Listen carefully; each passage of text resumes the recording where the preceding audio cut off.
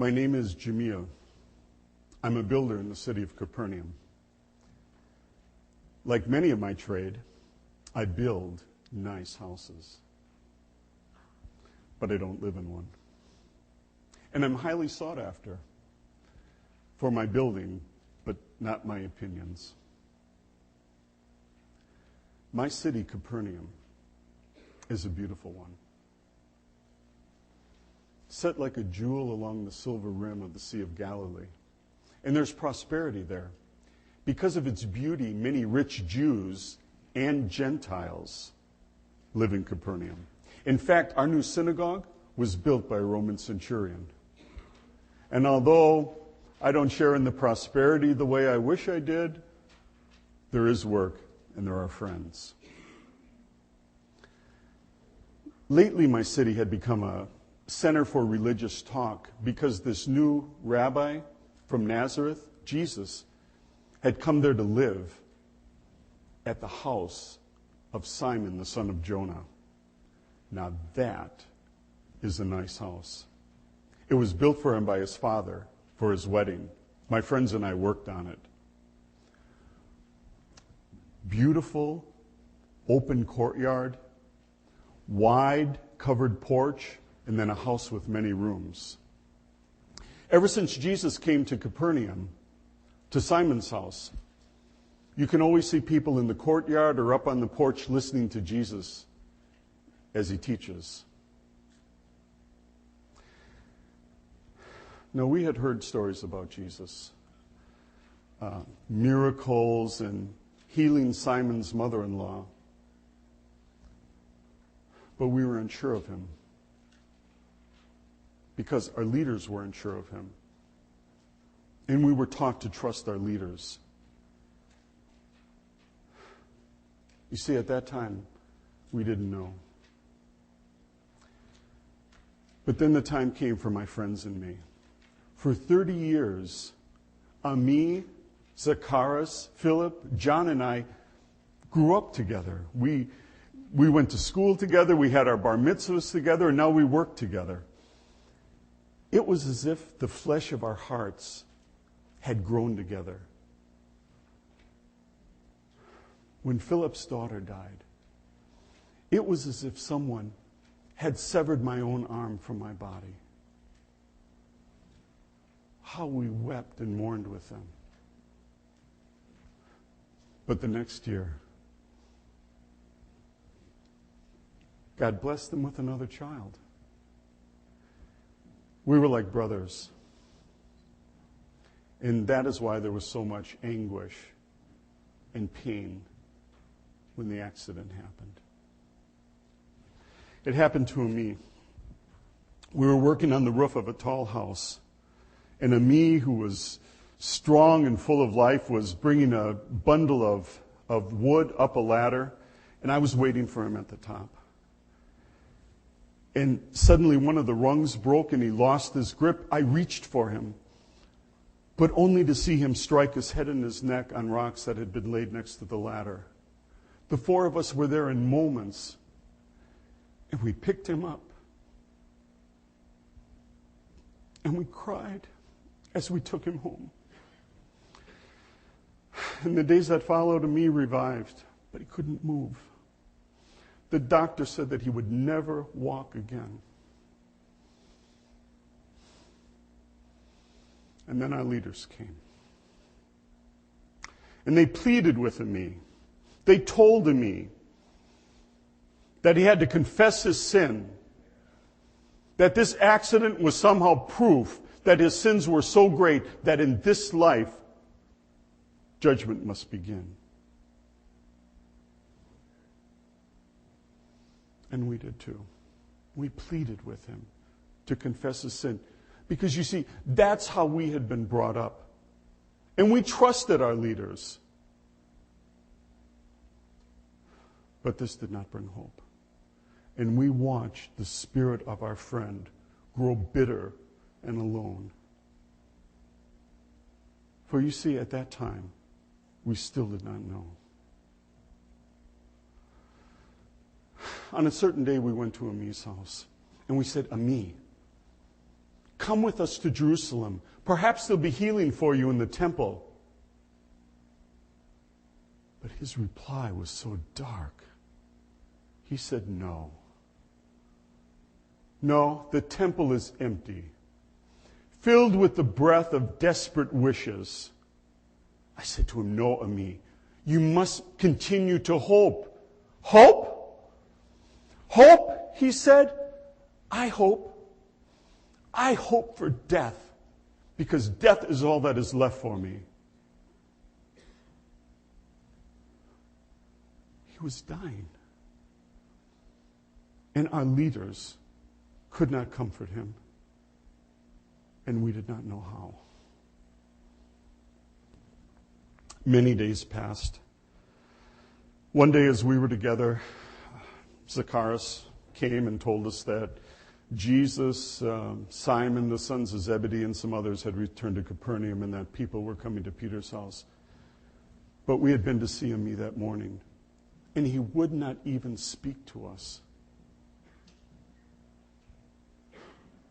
We sat there, the sun was setting, facing the ground, not knowing what to say. And then, as if by a whim, John said,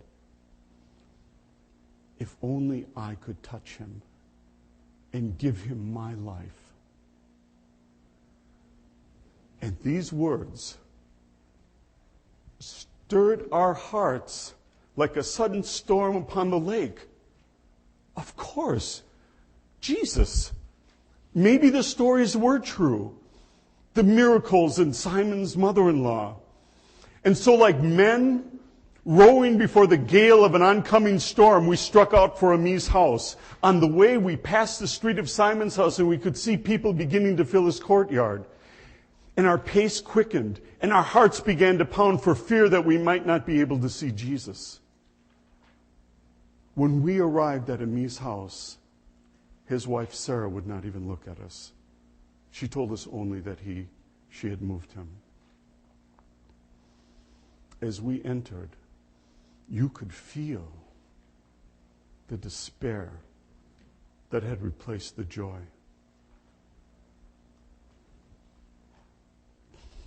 But as we opened the door to their inner closet, it was as if death itself had struck us with its hand. For there was Ami lying flat along the wall, facing it, waiting in the darkness for death. I went in and said, Ami, you must come with us. He said, no, leave me to die. I said, no, this time you will listen to us. We're taking you to the Messiah. The Messiah. I hadn't meant to call Jesus the Messiah. For you see, at that time, we still did not know. The four of us took him and we laid him on a bed, and we ran with him through the streets. How will we see Jesus? I don't know. We'll find a way. We'll force ourselves through the crowd, through the wall in the courtyard if we must. But when we turned the corner of the street to Simon's house, our hearts sank within us. For the street was so full of people as a great dragnet bursting with fish.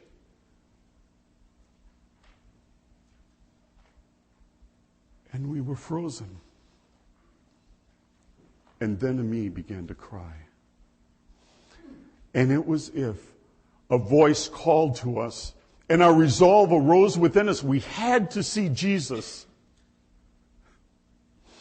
And then Philip, God bless Philip, he said, the roofs, the road of the roofs. I don't even know where we got the ropes. I can't remember. In a few moments, we were on the roofs 5 houses down, and we made our way along them like men who have lived their lives upon them. Soon we were over the roof of the porch under which Jesus was, and the 4 of us made quick work of this roof, which is built lighter than the main roof of the house. Below, all of the conversation had stopped, and a space had cleared where some of the wood had fallen. And the eyes below told many stories. Simon, he was upset. His roof. our leaders, the rabbis and scribes and Pharisees, their eyes were filled with disgust.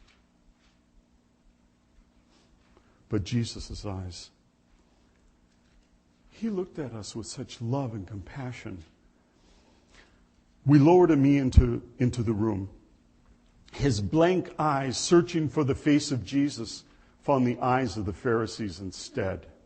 They moved away from him as if he were a leper, and under their gaze, his face withered in the fear of their reproach. If I had been down there for just one moment, I would have made them pay for despising someone so weak and so hopeless. But Jesus' eyes seemed to flash with a light that came from deep within him. And turning away from their swollen faces, he looked at me. And I knew something was going to happen. My heart pounded within me, and everything was still. And then, with a quiet force that could have pushed the hills into the sea, he said to me, "My son, your sins are forgiven." A great restlessness arose among the scribes because, you see, only God can forgive sin. And as if he knew their thoughts, he turned to them and said, "Why do you question among yourselves? Which is easier for me to say to the paralytic, 'Your sins are forgiven,' or 'Rise, take up your pallet and go home'?" The air was tense. You could feel the hatred of the Pharisees for Jesus and Amin. But again, it seemed as if his eyes flashed, and he looked to them and he said, "But that you may know that the Son of Man has authority on earth to forgive sins." And then turning to me, as a father to a suffering child, he said, "I say to you, arise, take up your bed, and go home." And he did. We almost fell off the roof. Ami leapt up, he embraced Jesus, and he began walking through the crowd. We were down the steps into the courtyards in moments, and we found Ami in the courtyard, and we embraced, and we kissed, and we screamed. And I remember looking back and meeting the eyes of Jesus as he watched us. And then I knew. I knew that I was looking into the eyes of God himself. Because now I knew that he could forgive sins. If only we had known sooner, the anguish, the tears would not have been. They are out there. Men and women and children in sickness of heart, without hope, waiting in the darkness for death. We must tell them about this Jesus. For he is the Son of God, and he can forgive their sins.